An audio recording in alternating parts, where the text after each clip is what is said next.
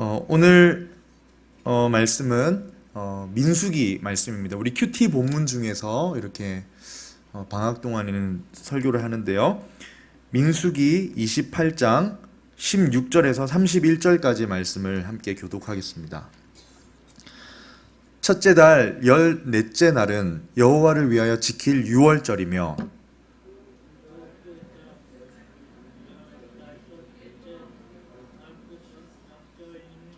그 첫날에는 성회로 모일 것이요 아무 일도 하지 말 것이며 수송아지 2마리와 수양 1마리와 1년 된 수양 7마리를 다 흠 없는 것으로 여호와께 화제를 드려 번제가 되게 할 것이며 그 소재로는 고운 가루에 기름을 섞어서 쓰되 수송아지 1마리에는 10분의 3이요 수양 1마리에는 10분의 1을 드리고 어린 양 7에는 어린 양 1마리마다 10분의 1을 드릴 것이며 또 너희를 속죄하기 위하여 수염소 1마리로 속죄제를 드리되 아침의 번제 곧 상번제 외에 그것들을 드릴 것이니라. 너희는 이 순서대로 이레 동안 매일 여호와께 향기로운 화제의 음식을 드리되 상번제와 그 전제 외에 드릴 것이며 7째 날에는 성회로 모일 것이요 아무 일도 하지 말 것이니라. 7절 처음 읽은 열매를 드리는 날에 너희가 여호와께 새 소제를 드릴 때에도 성회로 모일 것이요 아무 일도 하지 말 것이며 수송아지 2마리와 수양 1마리와 1년 된 수양 7마리로 여호와께 향기로운 번제를 드릴 것이며 그 소제로는 고운 가루에 기름을 섞어서 쓰되 수송아지 1마리마다 10분의 3이요 수양 1마리에는 10분의 2요 어린 양 7마리에는 어린 양 1마리마다 10분의 1을 드릴 것이며 또 너희를 속죄하기 위하여 수염소 1마리를 드리되 너희는 다 흠 없는 것으로 상번제와 그 소제와 전제 외에 그것들을 드릴 것이니라. 아멘. 여러분 오늘 예배 이렇게 4부 예배 나오셨는데요. 어떤 마음으로 나오셨습니까? 오늘 예배에 나오실 때 어떤 좀 기대하는 마음으로 나오셨습니까? 오늘은 좀 설교가 좀 일찍 마치기를 기대하고 나오신 분도 계실 거고 교회 오는 길이 좀 덜 막히거나 좀 덜 덥기를 기대하는 분도 계셨을 것이고 오늘 또 목장 모임 또 무슨 간식이 있을까 아니면 좀 어떻게 일찍 마치나 뭐 이런 기대를 하시는 분도 계실 겁니다. 여러분 오늘 예배 자리에 나오셨는데 오늘 어떤 마음을 가지고 기대하는 마음으로 나오셨습니까?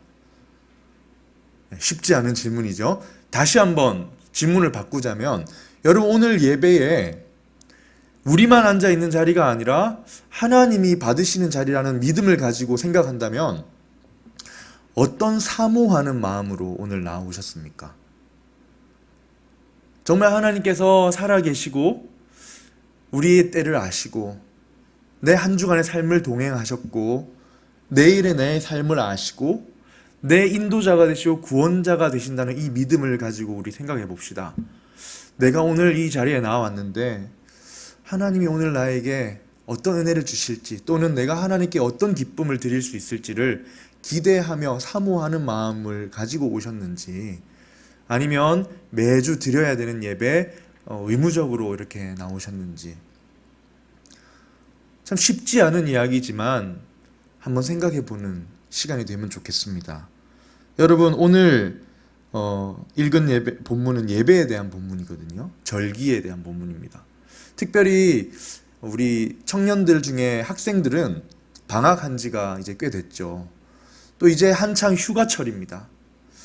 이때에 마침 또 예배에 대한 본문이 있어서 묵상하는 중에 이 말씀을 함께 나누면 좋겠다라는 생각이 들었습니다. 여러분 우리가 살아가는 지금 이 시대는요. 예배에 대한 간절함을 잃기가 참 쉬운 시대가 되어버렸습니다. 어떻습니까 여러분? 주일 성수 매주 예배에 빠지지 말고 나와야 한다는 그 철칙이 여러분 안에 있습니까? 한번 스스로 한번 돌아보시면 좋겠어요.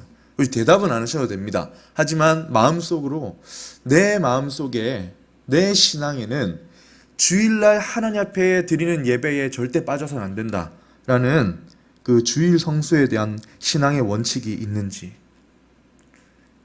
물론 다 알고 있습니다. 중요하다고. 물어보면 다 그렇게 대답할 거예요. 알고는 있지만 내가 오늘도 주님 앞에 나아올 때에 하나님께서 내 예배를 받으신다는 기대하는 마음, 큰 건 아니더라도요. 하나님이 내 예배를 기다리시고 내 예배를 받으실 거라는 이런 사모하는 마음이 내게 있느냐라는 걸 한번 돌아보면 좋겠습니다. 모두에게 적용되진 않겠지만 여러분 요즘에 참 삶의 질이 많이 이렇게 좋아졌죠. 과거에 비해서 삶의 질이 많이 향상되었습니다. 어떤 헝그리 정신, 막 배고파가지고 막 이렇게 매달리는 이런 것보다는 편안함과 여유를 많이 찾는 시대가 되었습니다. 그럼 직장을 구할 때도요, 막 여러 가지가 중요하지만 많은 부분의 사람들이 연봉이든 어떤 회사의 어떤 브랜드 뭐 이런 것보다도 퇴근 후에 내 삶에 여유가 있는가, 내 삶의 질을 유지해 줄 수 있는 직장인가, 이것이 참 많은 고려 대상이 되거든요. 삶의 질이 과거에 비해 많이 향상됐다는 걸 쉽게 볼 수 있는 예가 바로 뭐 휴가라든지 여행을 가는 것만 봐도 잘 알 수 있습니다. 해외여행도 참 많이 가지 않습니까? 그냥 우리 한국 청년들만의 얘기가 아니에요. 예전에 제가 미국의 산호세에서 청년사역 하시는 목사님을 만났는데 여행에 대한 이야기가 나왔어요. 근데 이분이 그러는 거예요.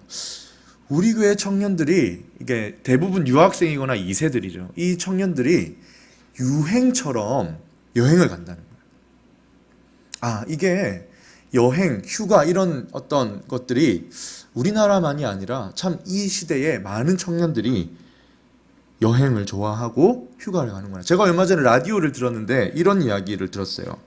2018년 기준으로 만 15세 이상의 한국 사람들이 한 해 동안 평균 7번 국내 여행을 간답니다. 뭐 해외까지 합치면 더 많겠죠.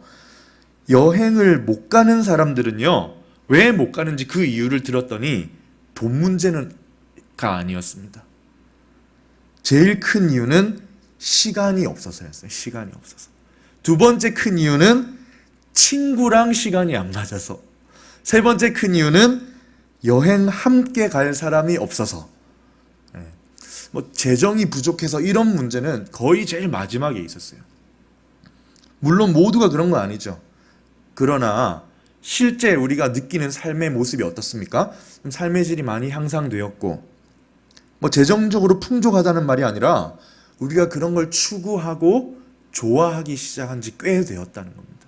여러분, 그러면서 생기는 문제가 뭔가 하면 내가 주일날 하나님께 예배 드리는 이것에 마음을 다해야 된다.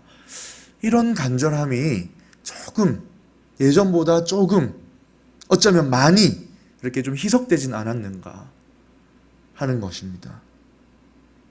예배에 대한 간절함, 참 어려움이 있을 때 참 간절하죠. 오늘 주님 앞에 나아가서 나에게 어떤 말씀으로 위로하실까? 참 내가 내 힘으로 살아가기 힘든데 주님, 내 구원자가 되신 주님께서 오늘 내 삶을 어떻게 인도하실까요?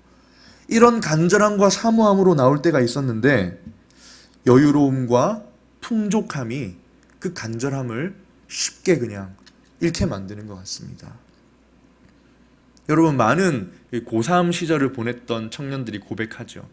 그때는 안 그랬는데, 그때는 내가 하나님 정말 간절하게 찾고 그때는 마음이 뜨거웠는데 어느 순간 하나님 문제입니까? 우리 마음의 문제입니까?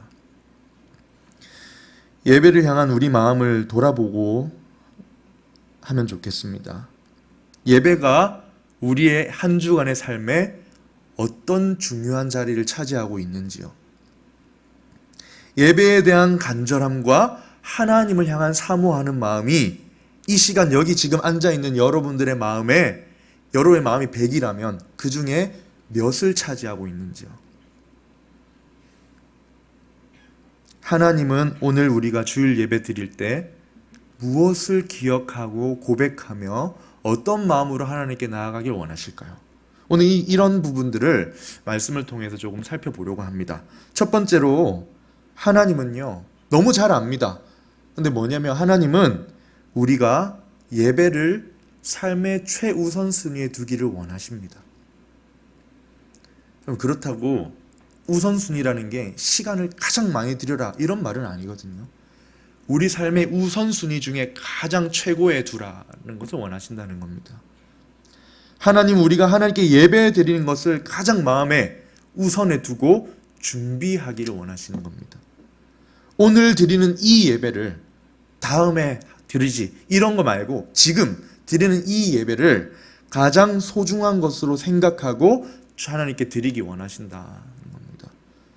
여러분, 오늘 읽었던 본문은요 28장이었잖아요. 26장부터 끝까지, 민수기 끝까지는요 출애굽한 2세대들에 대한 이야기입니다. 무슨 말인가 하면 민수기가 1장부터 이렇게 쭉 있으면 1장에서 25장까지는 출애굽 1세대 이야기입니다. 그러니까 애굽에서 탈출한 뒤에 홍해를 건너서 시내산에 도착한 뒤에 하나님의 계명을 받고 광야 행군을 준비해가지고 광야로 나갔다가 가데스 바네아라는 곳에 가서 막 불평하고 정탐꾼 보내서 하나님 주신 땅이 어떤지 보고 오라고 했더니 막 12명 중에 10명이 막 불평하고 하나님 우리를 죽이려고까지 인도하셨냐 뭐 이렇게 하다가 심판을 받아서 가나안에 너희는 못 들어간다. 그리고 20세 이상 사람들은 광야 40년 동안 다 죽는 그런 어떤 역사적인 이야기들이 들어있고요. 26장부터는 후반부입니다. 그 다음 세대들, 그 20세 이상에 들지 않았던 19살 이하의 사람들과 광야 생활 40년 중에 태어났던 출애굽 2세대들에 대한 말씀이 26장부터거든요.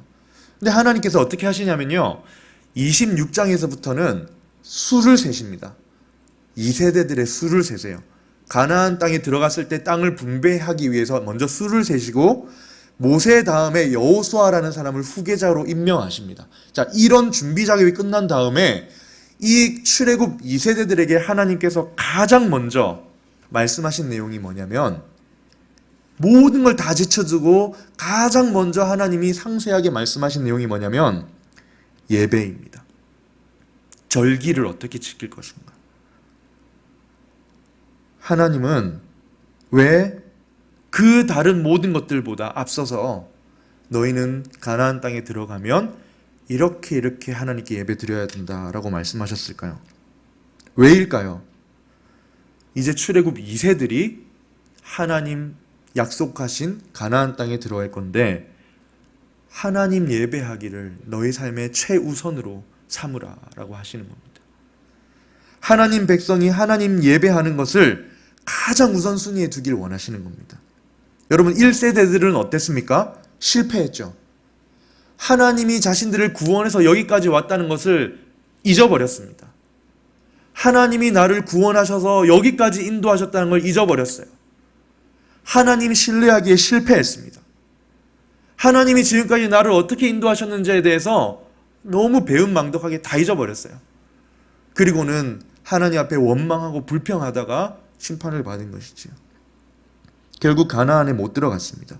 그러나 하나님 마음에 가나안 땅에 이제 들어갈 2세들은 그러지 말길 바라시는 겁니다. 2세들은 다르길 원하시는 거예요. 너희 출애굽 2세들은 가나안 땅에 들어가거든 하나님을 예배하는 것에 최우선 순위를 두면 좋겠다. 이렇게 명령하시는 겁니다.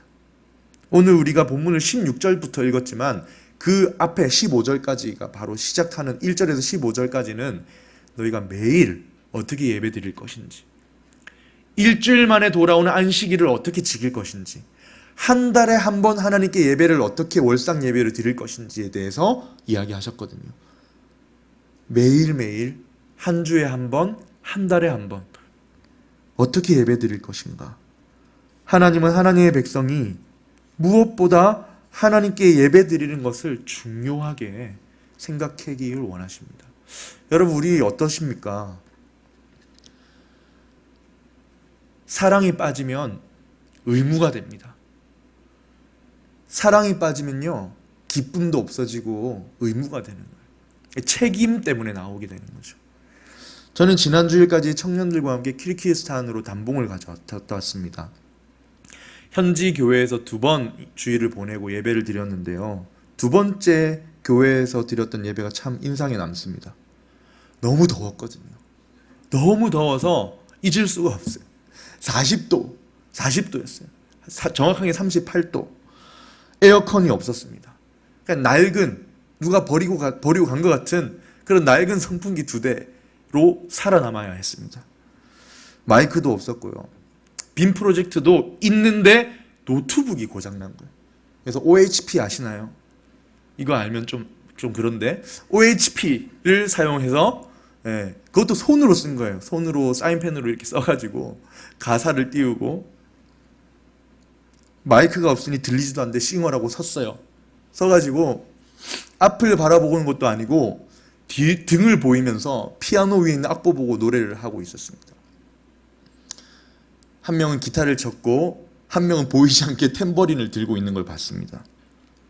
그냥 앉아 있어도 땀이 나는 예배당이었어요. 근데 하필 제가 앉은 자리에는 선풍기 회전이 안 오는 거예요. 저 뒤에 줄까지 왔습니다. 그 순간 저는 오늘 이 청년 연합 예배가 생각이 났습니다. 시원하게 편안한 자리에서 우리 예배 드릴 수 있는데 너무 비교가 되는 거예요. 그 딱딱한 나무 의자에 꿉꿉한 방석 위에 앉아서 땀은 계속 줄줄 흐르고 무슨 말인지 알아듣지도 못하겠는데 통역하시는 걸 겨우겨우 들으면서 그렇게 예배 드리는데, 오늘 우리가 드리고 있는 이 4부 예배가 생각나는 거예요. 하나님이 이렇게 좋은 환경을 주셨고 우리에게 은혜를 주셨는데 우리는 얼마나 감사하는 마음과 사모하는 마음으로 예배를 드리고 있는가. 예전에 한 중국에서 계시는 선교사님이 수요 예배 때 오셔가지고 선교 보고를 하시는데 이런 말씀 하시더라고요. 와, 좋겠습니다. 이렇게 하시는 거예요. 이렇게 좋은 예배당에서 예배 드릴 수 있다니 너무 좋겠습니다.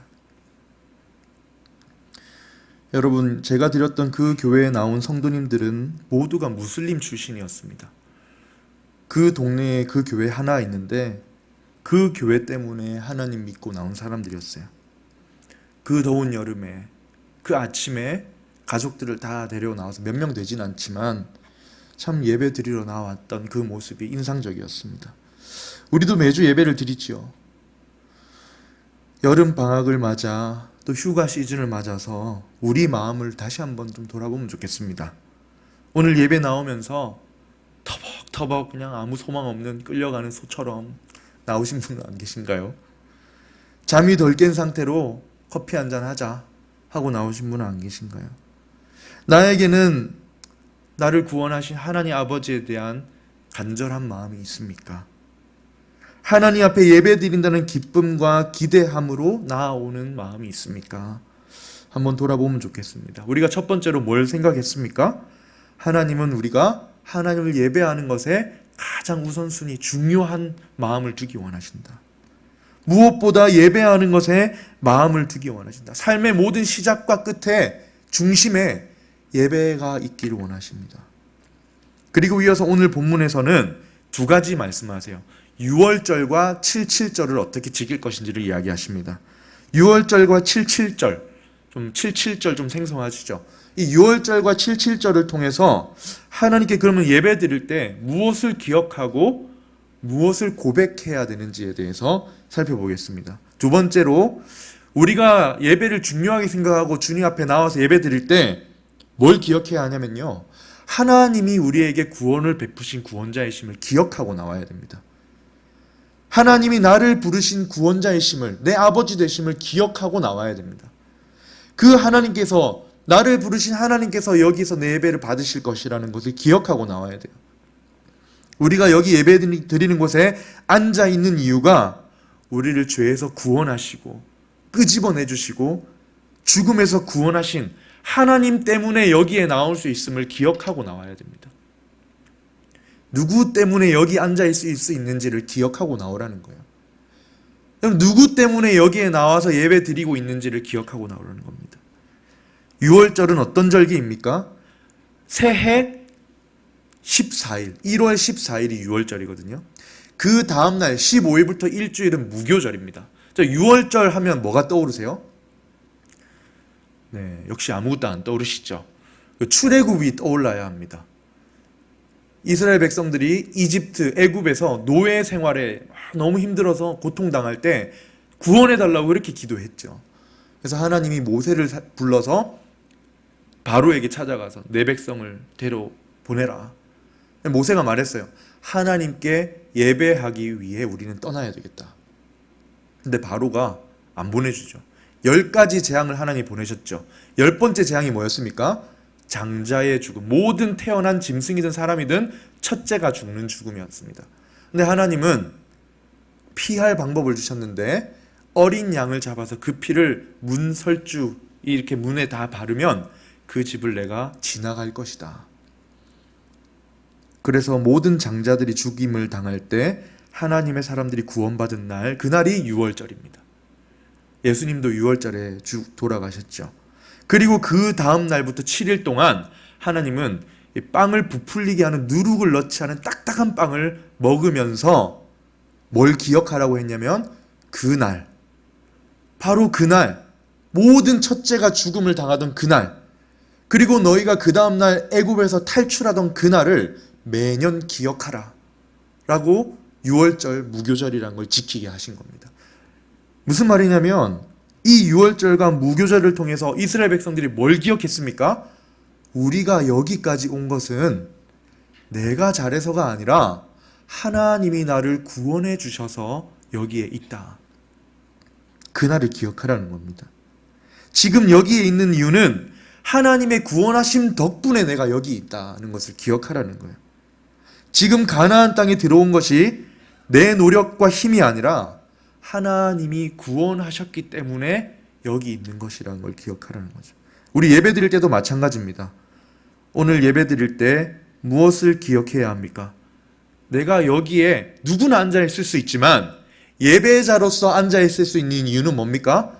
하나님이 나를 구원하셨기 때문입니다. 값없는 구원의 은혜 때문에 내가 여기 있을 수 있구나. 이번 단기봉사에서 참 은혜로운 일들이 많았었는데요. 하루는 함께 사역했던 현지 청소년들, 크리스천들과 함께 찬양하고 기도하는 시간이 있었습니다. 그날 십자가의 전달자라는 찬양을 함께 불렀는데요. 그 친구들은 러시아어로, 우리는 한국어로 이렇게 불렀어요.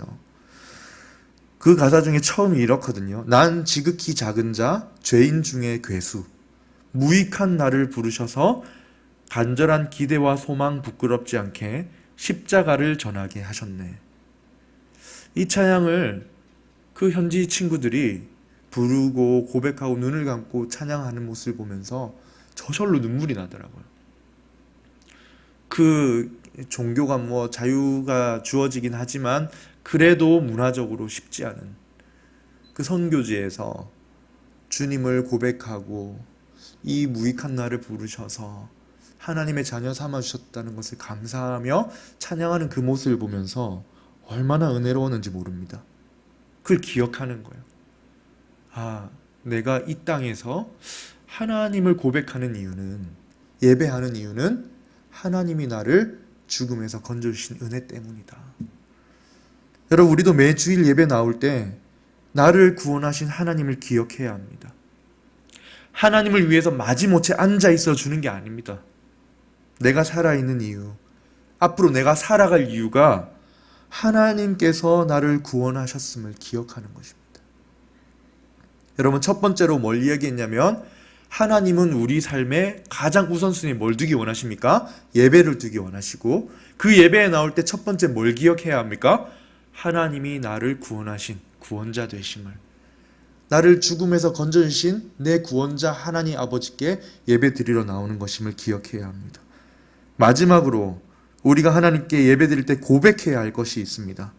하나님이 우리를 구원하시고 알아서 살아라 하시는 분이 아니라 구원하신 하나님께서 우리의 필요를 채우시는 공급자와 인도자가 되심을 고백하는 것입니다.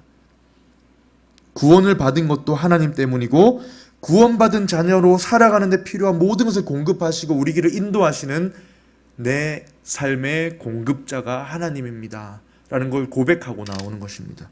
이건 77절을 통해 살펴볼 건데요. 77절은 말 그대로 7일이 7번 지난 때라는 뜻입니다. 그러니까 6월절로부터 49일이 지난 50일째가 77절입니다. 이날은요, 기억하세요. 가나안 땅에 들어와서 처음 익은 곡식 열매를 하나님께 드리는 날입니다. 하나님께 뭘 드린다고요? 처음 익은, 그 땅에 도착해서 처음 익은 풍성한 수확을 거뒀는데 이 처음 익은 곡식 열매를 하나님께 처음 드리는 날입니다. 처음 익은 곡식을 하나님께 드린다. 무슨 의미입니까? 하나님, 이 모든 거 하나님이 주셨습니다 라는 걸 고백한다는 겁니다.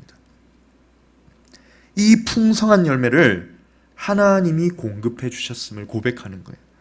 우리의 모든 필요를 공급하시는 공급자이신 하나님께 돌려드린다는 겁니다. 여러분, 하나님은요, 구원만 하시고 알아서 살아라고 하시는 이 냉정한 분이 아니세요. 출애굽기만 봐도 그렇습니다. 출애굽했죠. 구원받은 이야기로 출애굽이 끝나지 않아요. 딱 절반만이 구원받은 이야기입니다. 나머지 절반이 또 있어요. 그 이후의 삶을 광야에서 어떻게 인도하시는가가 출애굽기의 절반입니다. 하나님은 구원만 하시고 그냥 팔짱 끼는 분이 아니라 구원하시고 그 이후의 삶을 공급하시고 인도하시는 분임을 보여주는 책이 출애굽기거든요. 이와 같이 하나님은 우리를 구원하신 이후에 그냥 내버려 두지 않으십니다. 구원하시고 우리를 자녀 삼으시고 우리에게를 인도하시고 필요한 모든 것을 공급하시는 우리 하나님이십니다. 이 날은요, 특히 아무 일도 하지 말라라고 명령합니다. 아무 일도 하지 말라는 것은 생계를 위한 어떤 일도 하지 말라는 거예요. 무슨 의미입니까? 내가 이렇게 살아있는 것은, 내가 이렇게 풍성한 열매 맺은 것은 생계를 위해서 내가 열심히 노력했기 때문이 아니라 누가 주셨다는 걸 고백하는 거예요. 하나님이 주셨다는 걸 고백하는 행위인 거예요. 바쁘게 밭일 해야 되는데, 지금 논 매야 되는데, 일을 해야 되는데, 약속을 지켜서 일을 해야 되는데 그거 다 내려놓고 하나님 앞에 아무 일도 하지 않고 예배에 집중하는 것은 어떤 믿음의 고백입니까? 하나님, 내게 있는 모든 것은 하나님이 주신 것임을 내가 고백합니다. 내가 열심히 하지만, 최선을 다해 살아가지만 내 공급자는 하나님이십니다. 그걸 고백하는 거예요. 우리에게 이런 고백이 있습니까? 하나님이 내 공급자가 되심을 믿음으로 고백하시나요? 예배 자리에 나올 때 그 믿음의 고백이 필요한 겁니다. 여러분, 시험도 쳐야 되고 일도 해야 되고 돈도 벌어야 되고 약속도 지켜야 되고 스케줄 바빠요. 할 일도 많습니다. 분주할 때가 있지만 그때에 내 모든 삶의 공급자는 하나님이시다 라는 믿음의 고백이 필요합니다. 공부도 해야겠고 일도 해야 되겠고 생계를 위한 뭔가 해야 되겠고 그거 내려놓고 나오는 것이 하나님이 나의 구원자시요 공급자이시고 앞으로의 내 모든 길을 인도하시는 인도자이십니다 라는 고백으로 나오는 것입니다. 여러분, 그냥 예배에 나온다고 다 예배가 되는 게 아닌 것 같아요. 이사야 1장 13, 14절에 이런 말씀이 있어요. 헛된 죄물을 내게 가져오지 마라. 분향하지 마라. 내가 가증히 여긴다. 월삭과 안식일과 대회로 모이는 것도 그렇다. 내가 견디지 못하겠다. 내 마음이 너희의 월삭과 절기를 싫어한다.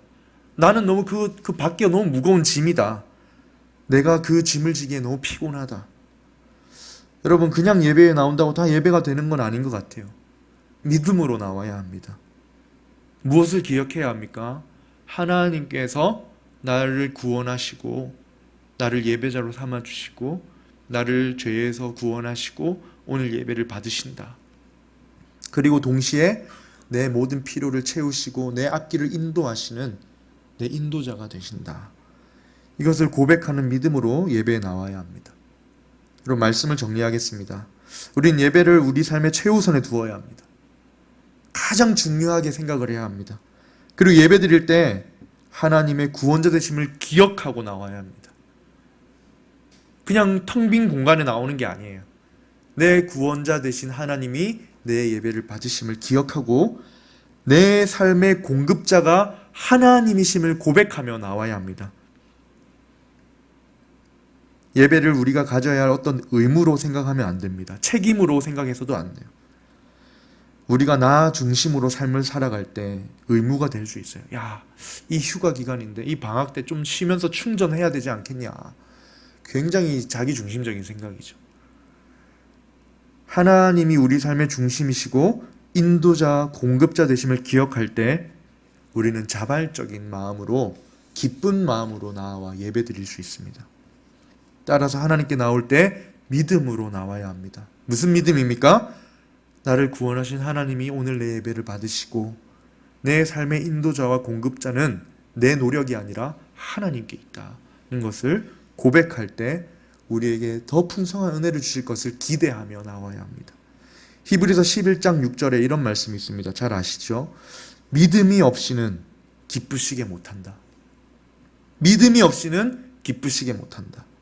하나님께 나아가는 자는, 예배하는 자는 반드시 그가 계신 것과 그가 자기를 찾는 자들에게 상 주시는 이심을 믿어야 한다.